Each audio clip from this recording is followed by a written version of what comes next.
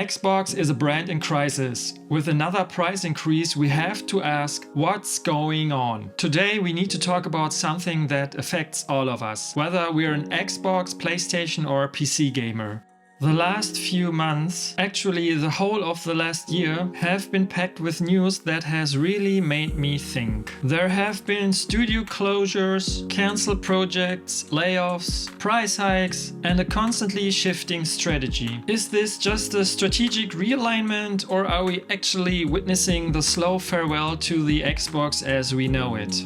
Let's take a moment to consider the sheer scale of Microsoft. Microsoft is an absolute behemoth. In their 2024 fiscal year, which just ended, they generated an incredible 245 billion US dollars in revenue, with a net profit of a solid 88 billion US dollars. This is truly staggering, and with a market capitalization currently around 2.7 trillion US dollars, Microsoft is the second most valuable company in the world. So they have the money, the power and the infrastructure to turn the entire gaming industry upside down. And that's exactly what they tried. Remember the massive acquisitions? In March 2021, they snagged ZeniMax Media for 8 billion US dollars. That deal brought Bethesda, Arcane, id Software and other top studios on board. And then in October 2023 came the bombshell, the acquisition of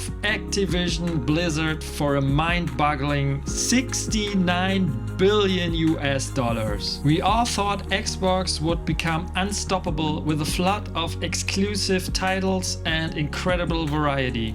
Instead of the expected flood of new games and a strengthened ecosystem, since 2024 we've seen a wave of news that really gives us gamers pause. In May 2024, Arcane Austin, the studio behind the beloved Prey, was shut down. Sure, Redfall was a misstep, but to sacrifice an entire studio for it? Even more shocking was the closure of Tango Gameworks, the studio that gave us the critical acclaimed Hi-Fi Rush. This is truly unbelievable. A game praised by critics and loved by fans, yet the studio was dropped shortly after its release. In July 2025, another shocker. The Initiative, the studio staffed with top developers from Respawn, BioWare and Naughty Dog that was working on the Perfect Dark reboot, was completely closed. Despite the long time that had passed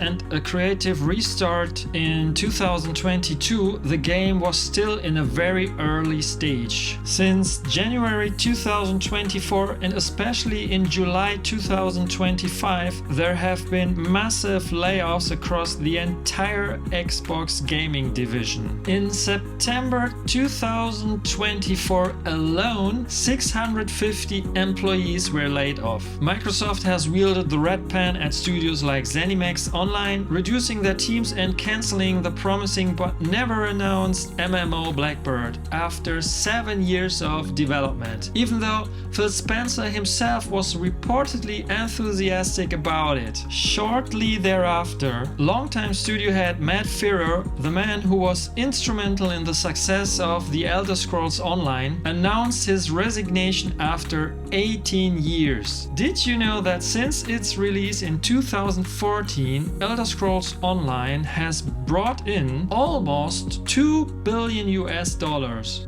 Rare has also been affected by layoffs and the cancelled Everwild. How I would have loved to see a single-player game from the former top Nintendo developer after all these years.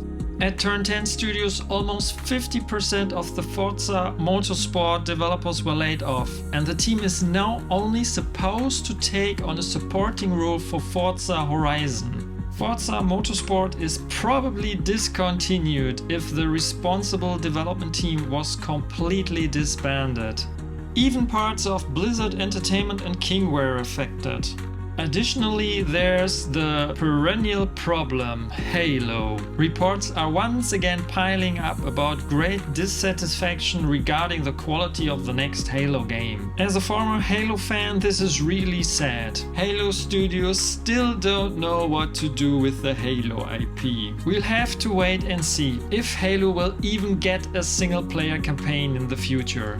All of these individual events, however, point to a much larger strategic shift. This leads us to a central question. Does the Xbox brand, as we know it, still play a role for Microsoft? We are seeing more and more former Xbox exclusives on the PlayStation 5. This indicates that exclusivity as a selling point for the Xbox console is losing its importance. Microsoft apparently prefers to offer its games on as many platforms as possible. And instead of making the Xbox Series consoles more attractive with a lower price, there was a price increase in May and now in September this year. In combination with the lack of exclusive titles and all the bad news, this is really hard to understand for me.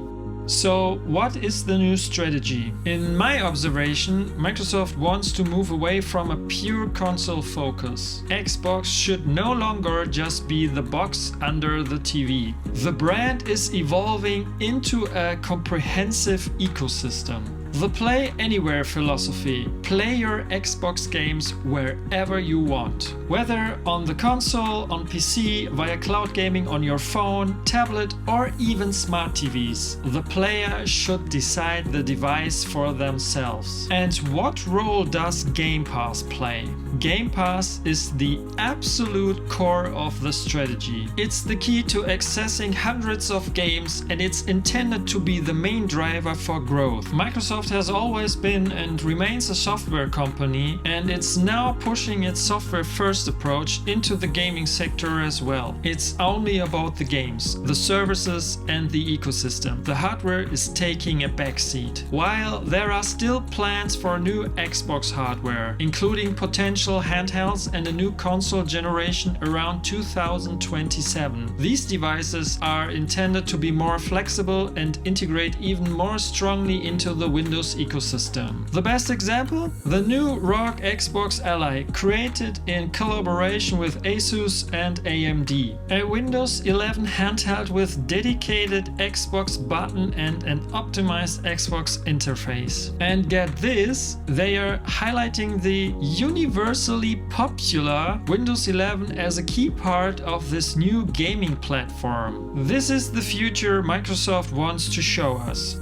So, is 2025 the end of the Xbox? I would say yes, the era as we knew it is over. The Xbox brand will not die, hopefully, but it will change significantly. It will become less of a physical medium and more of a virtual service and ecosystem medium. The massive investments in ZeniMax and Activision Blizzard were meant to create a content machine to fill Game Pass. The layoffs are painful, but they also show extreme cost control and a focus on what Microsoft defines as fewer but more significant projects. The closure of established studios like Tango Gameworks and the cancellation of promising projects like Blackbird and Perfect Dark leave deep scars on the gaming community. It's a loss of trust that Microsoft accepts in order to offer us a vision for a gaming experience that is available everywhere. On paper, this sounds like a great vision, but the question I ask myself is, could the price we are paying for it, in the form of less creative diversity, less willingness to experiment, and an uncertain future for many developers, ultimately be too high?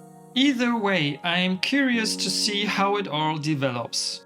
That's all from me for now. What do you think? Is this the right strategy for Xbox? Let me know in the comments. And if you liked the video, give it a thumbs up, subscribe to my channel and feel free to share it with your friends. See you next time!